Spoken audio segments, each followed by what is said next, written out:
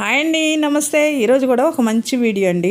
ఈ వీడియోలో శ్రీరామనవమికి మనం ముందుగా ఏర్పాట్లు ఏమేమి చేసుకోవాలి అనేది చూపిపోతున్నాను. ముందుగా ఛానల్లోకి ఎవరైనా కొత్తగా ఉంటుంటే ఛానల్ సబ్స్క్రైబర్ చేసుకొని పక్కనే ఉన్న బెల్ సింబల్ కొడితే నేను పెట్టే ప్రతి ఒక్క వీడియో నోటిఫికేషన్ అవ్వద్దండి. తప్పకుండా లైక్ చేయండి, షేర్ చేయండి.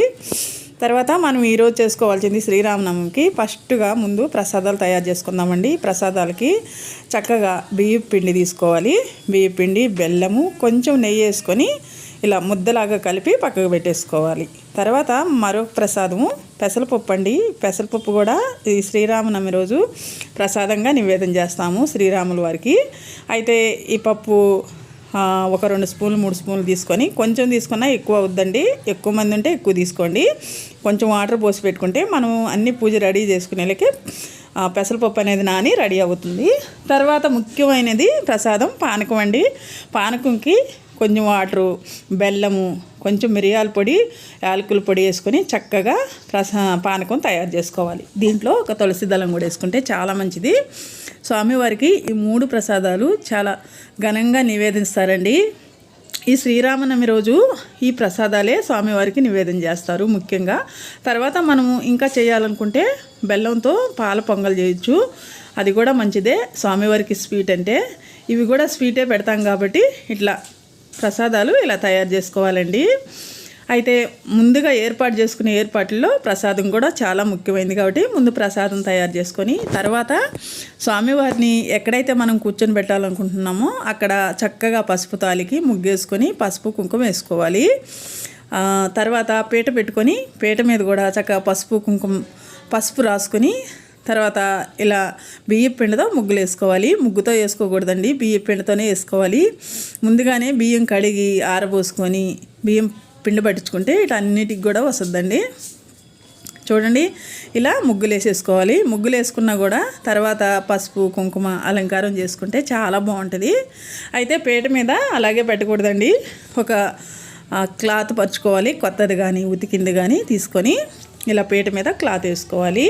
వేసుకున్న తర్వాత ఇప్పుడు ఇంతవరకు పీట రెడీ అయింది, స్వామివారికి కూర్చోబెట్టే పీట. తర్వాత పూలండి, చూడండి, పూలు తెచ్చుకొని మనం మాల కట్టుకోవాలనుకుంటే కట్టుకోవచ్చు, లేదా ఇడుపూలు కొని పెట్టుకోవాలనుకున్నా కూడా ఇడుపూలైనా పెట్టుకోవచ్చు. మన ఇష్టం అండి, అది మనకు పూలు దొరికే విధానాన్ని బట్టి మనం మార్చుకోవచ్చు. తర్వాత నేనైతే ఒక మాల కట్టుకున్నాను. చక్కగా ఇక్కడ పువ్వులు కూడా ఇడు పువ్వులు కూడా ఉన్నాయి, తెచ్చుకోవాలి. తర్వాత తమలపాకులు కూడా తెచ్చుకోవాలండి. తర్వాత మనం దేవుడికి కావాల్సిన దేవుడి దగ్గర నీళ్లు పెట్టడానికి చక్కగా వినాయకుడిని, దీపపు కుందెన్లు, తమలపాకులు, వినాయకుడికి పెట్టే బెల్లం ముక్క కూడా మనము రెడీ చేసి పక్కన పెట్టుకోవాలి. తర్వాత ముఖ్యంగా కావాల్సింది స్వామివారు అమ్మవారు ఉండే ఫ్యామిలీ ఫోటో అండి. ఇది శ్రీరాముల వారు పట్టాభిషేకంలో ఫోటో. ఇది ఉంటే చాలా మంచిది. ఇంట్లో కూడా ఈ ఫోటోకి కూడా గంధం కుంకుమలతో అలంకరించి పెట్టుకోవాలి. తర్వాత ఇంకో ముఖ్యమైనది పిండి దీపాలు. స్వామివారు విష్ణుమూర్తి అవతారం కాబట్టి పిండి దీపాల్లో దీపారాధన చేస్తే చాలా మంచిదండి. నేనైతే మనం 3, 2, 5, 7, 9 ఎన్నైనా పెట్టుకోవచ్చు మన ఓపికను బట్టి. ఇలా పిండి దీపాలు కూడా రెడీ చేసి చక్కగా ఒక ప్లేట్లో కానీ తమలపాకు మీద కానీ పెట్టుకొని ఒక గంధములతో కుంకుమలతో అలంకరించుకోవాలి. చాలా బాగుంటుందండి. దీంట్లో నెయ్యి వేసుకొని దీపారాధన చేస్తే స్వామివారికి ఎంతో మంచిది. ఈ పిండి దీపారాధనలో నెయ్యి వేసి దీపారాధన చేసి దీపం కొండెక్కినాక ఇది ప్రసాదంగా తీసుకుంటే మనకి చాలా మంచిది. స్వామివారి పేరు పెట్టి పెడతాం కాబట్టి చాలా చాలా మంచిదండి. మేమైతే ఇలా రెడీ చేసి పెట్టుకుంటాము. ఈ పిండి దీపాలు కూడా చాలా ముఖ్యం కాబట్టి ఇలా రెడీ చేసి ముందే పక్కన పెట్టుకోవాలి. అయితే ఇవన్నీ కూడా ముందు రోజు చేయకూడదండి. మనం పూజ ఇంకొక అరగంటలో చేసుకుంటాం అన్నప్పుడు రెడీ చేసి పెట్టుకోవాలి. ముందు రోజు చేసినవి పెట్టకూడదు.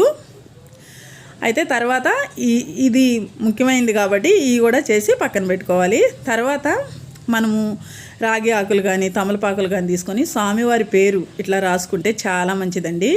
ఇది పూజలో పెట్టుకొని స్వామివారికి జై శ్రీరామ అనుకుంటూ పూజ చేసుకోవడం వల్ల చాలా మంచిది కాబట్టి ఇలా చేసి పెట్టుకోండి, ఇంకా మంచిది. పూజలో కూడా చాలా కళగా ఉంటుందండి.